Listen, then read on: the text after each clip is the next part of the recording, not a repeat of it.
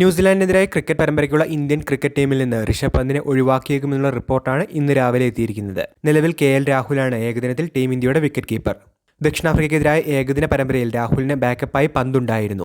എന്നാൽ കളിക്കാൻ ഒരു മത്സരത്തിൽ പോലും അദ്ദേഹത്തിന് അവസരം ലഭിച്ചിരുന്നില്ല. ഇതിനിടെയാണ് ന്യൂസിലാൻഡിനെതിരായ ഏകദിന പരമ്പരയിൽ നിന്നും ഋഷഭ് പന്തിനെ ടീം ഇന്ത്യ ഒഴിവാക്കിയേക്കുമെന്നുള്ള റിപ്പോർട്ടുകൾ വന്നിരിക്കുന്നത്. പകരം ഇഷൻ കിഷനെ ഏകദിന ടീമിൽ കൂടി ഉൾപ്പെടുത്തുവാനായാണ് BCCI സെലക്ഷൻ കമ്മിറ്റി പദ്ധതിയിടുന്നത്. പന്തിനെ ടെസ്റ്റ് ടീമിൽ മാത്രം കളിപ്പിക്കാനാണ് സെലക്ടർമാരുടെ തീരുമാനം. പരിക്കിനെ തുടർന്ന് ദക്ഷിണാഫ്രിക്കയ്ക്കെതിരായ ഏകദിന പരമ്പര നഷ്ടമായ ശുഭ്മാൻ ഗിൽ ക്യാപ്റ്റനായി തിരിച്ചെത്തുമെന്നും ഈ റിപ്പോർട്ടിൽ സൂചിപ്പിക്കുന്നുണ്ട്. ഇതോടെ ജയ്സ്വാൾ വീണ്ടും ബാക്കപ്പ് ഓപ്പണറാകും. ദക്ഷിണാഫ്രിക്കയ്ക്കെതിരായ അവസാന ഏകദിനത്തിൽ ജയ്സ്വാൾ സെഞ്ചുറി നേടിയിട്ടുണ്ടായിരുന്നുവെങ്കിലും ഗിൽ തിരിച്ചെത്തുന്നതോടുകൂടി അദ്ദേഹത്തിന്റെ പ്രധാന ഓപ്പണിംഗ് സ്ലോട്ടും നഷ്ടമാകും.